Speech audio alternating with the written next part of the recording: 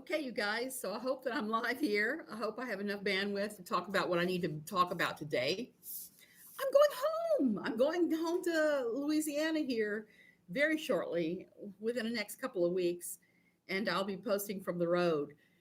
One of the nice things about going home to Louisiana is I'm going to be able to get the last of my documents I need to file for residency here, which means for me, I will never have to leave again. Once my residency package is back in the system again, I will be exempt from the 90-day shuffle going up and down the border. So I'm excited. I want to talk about something today only because I stumbled across somebody's blog earlier today. A German and American lady, a German man and an American lady, young in their 20s. And it was a recent blog post about Costa Rica. And they were making some rather false claims about mass transit here, misleading a lot of people. This is one of the problems I have with a lot of the books that are written about moving here. They're not exactly always on the up and up. This was definitely not on the up and up because one of the things about Costa Rica is we have excellent mass transit here. I mean, just excellent.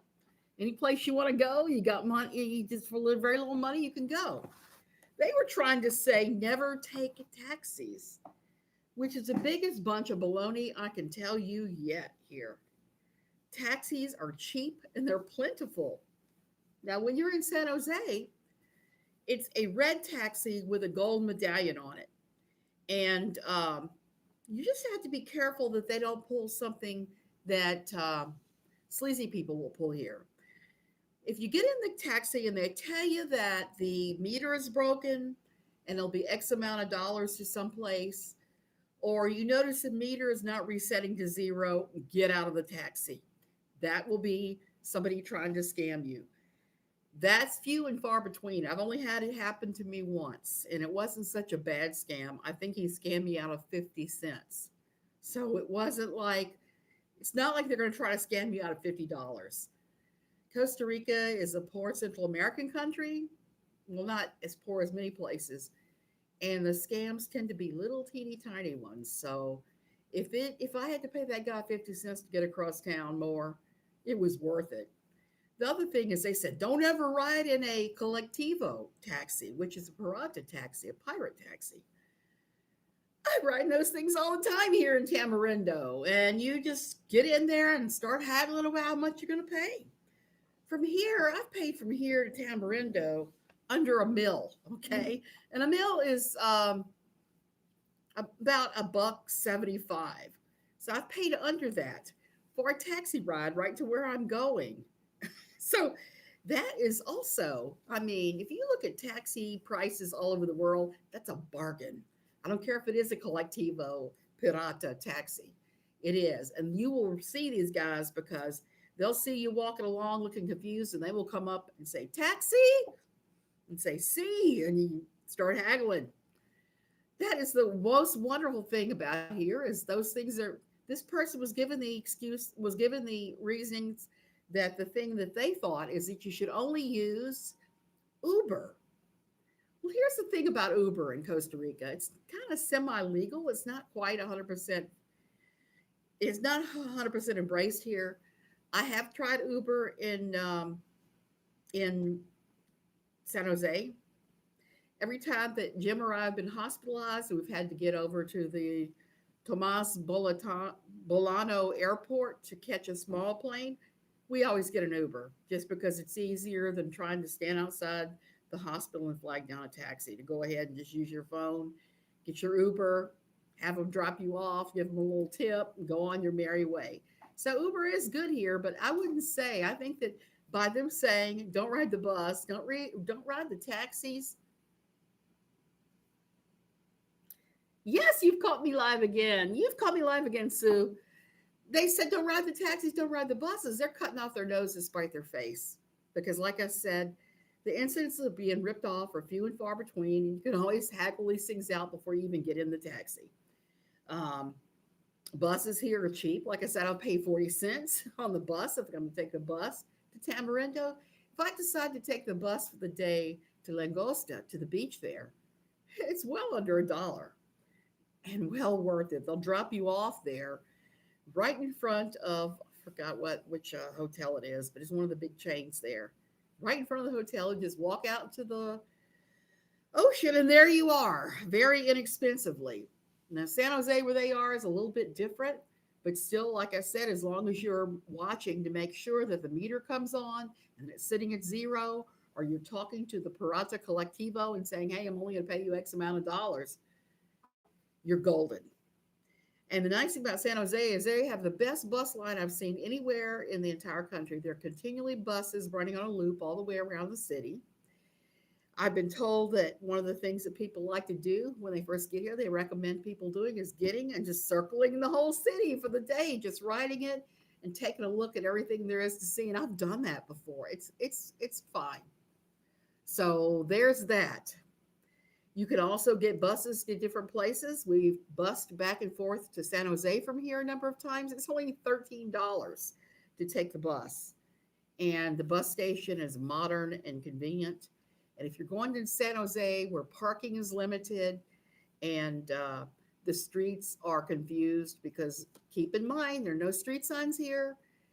The roads make no sense. If you ask for directions, someone may tell you, okay, go down to the place where the mule died 3 years ago and hang a left. And then come to the fork where all five roads meet and take the second road. When you start getting those kind of directions and you're looking at your phone and you're trying to program it in and go, what the heck is going on here? Sometimes you can't go by those things, is what I've discovered. Yeah, it is fun. It's an adventure. My husband loves to say every day is an adventure. Yesterday, we had an interesting adventure because we were getting ready to pull in here after a full day of shopping at San Jose, in Liberia. And we got this nice little message that said that it was from the income tax people here and that they were freezing our bank account as of 2 p.m. today. It didn't give any indication what our name was, what our bank account, what bank we banked with, or anything. And I was able to identify that immediately as a scammer. Here, just like in the US, you will have people that will try to either call you or text you as a scammer and frighten you into compliance.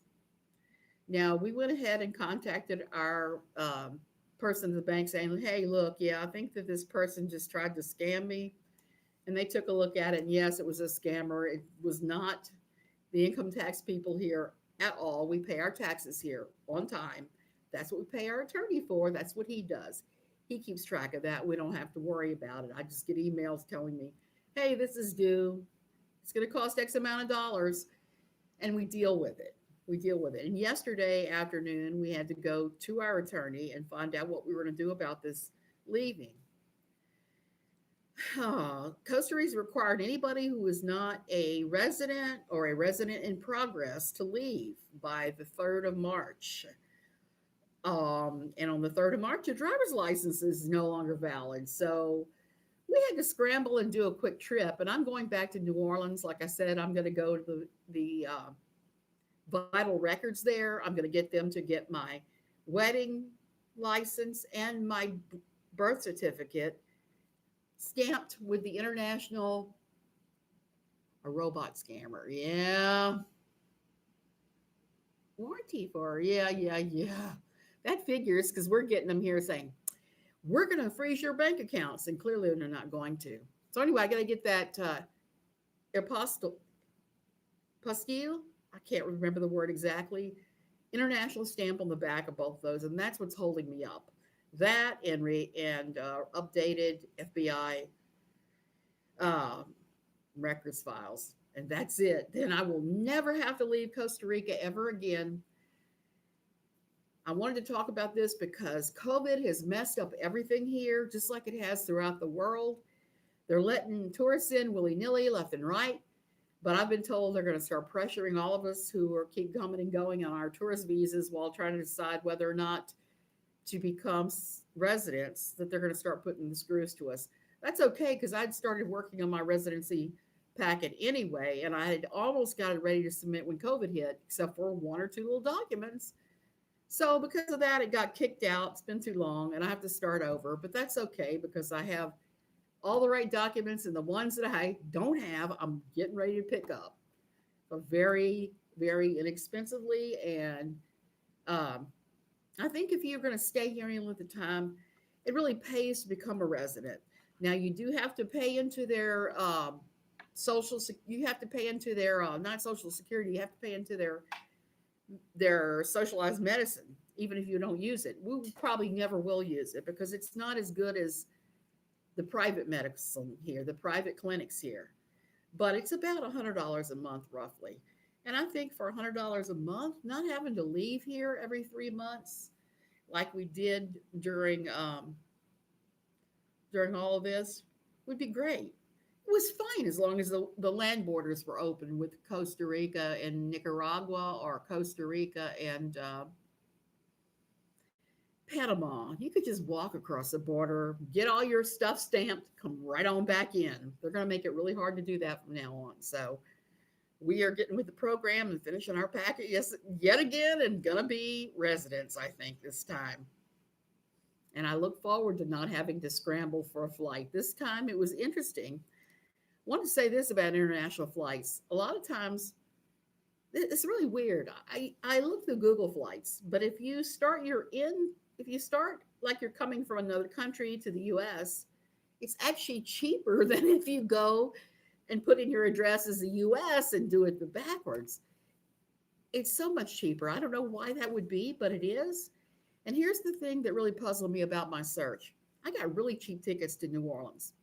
That was good. It was one of the places that is listed as cheap. I got a hotel room in this fabulous resort that I absolutely adore, that I've stayed at before for like $125 a night for like 50 bucks, because New Orleans is pretty much shut down from COVID, and their mayor that everybody's saying ugly things about is doing an excellent job. The rates in New Orleans are dropping, as my understanding. They're taking COVID seriously. So if there were a lot of places to go in the states, this looks like it is the place, because rates are still climbing in the DC area.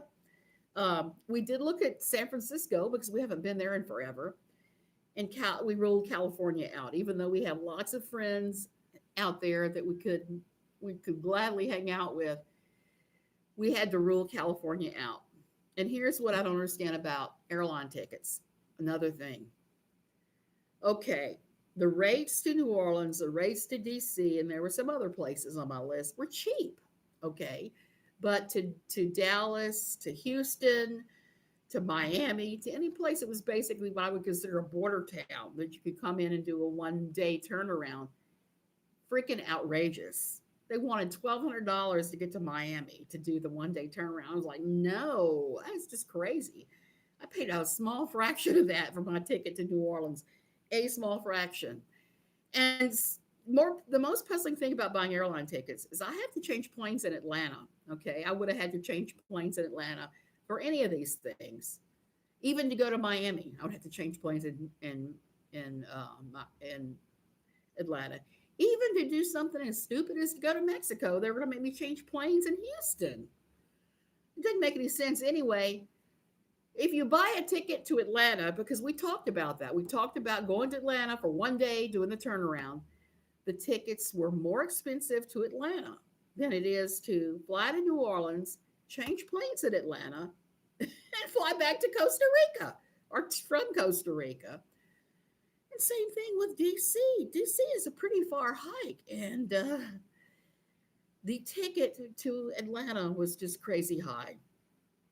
So I have had friends here that sometimes what they will do is book the long flight and then get off in the turnaround area, and like Atlanta, and just stay there and just throw away the second half of the ticket because they are just not going.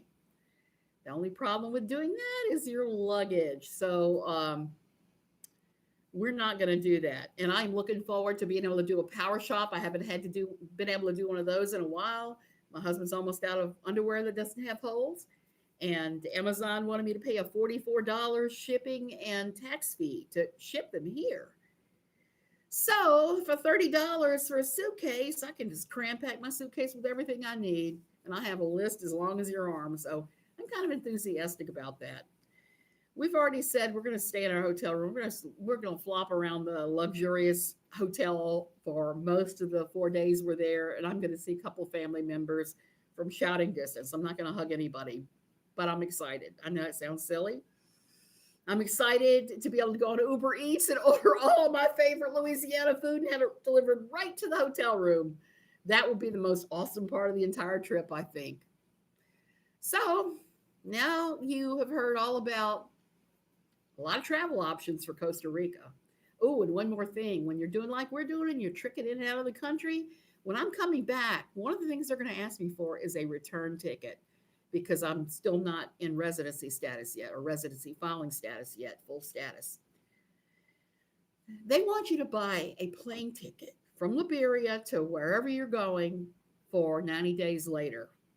There's a way around that, and I'm going to tell you about that. There's a company called bestonwardticket.com, and for 12 bucks, you can reserve your ticket for a 90-day increment away, and it's a legitimate ticket. It'll show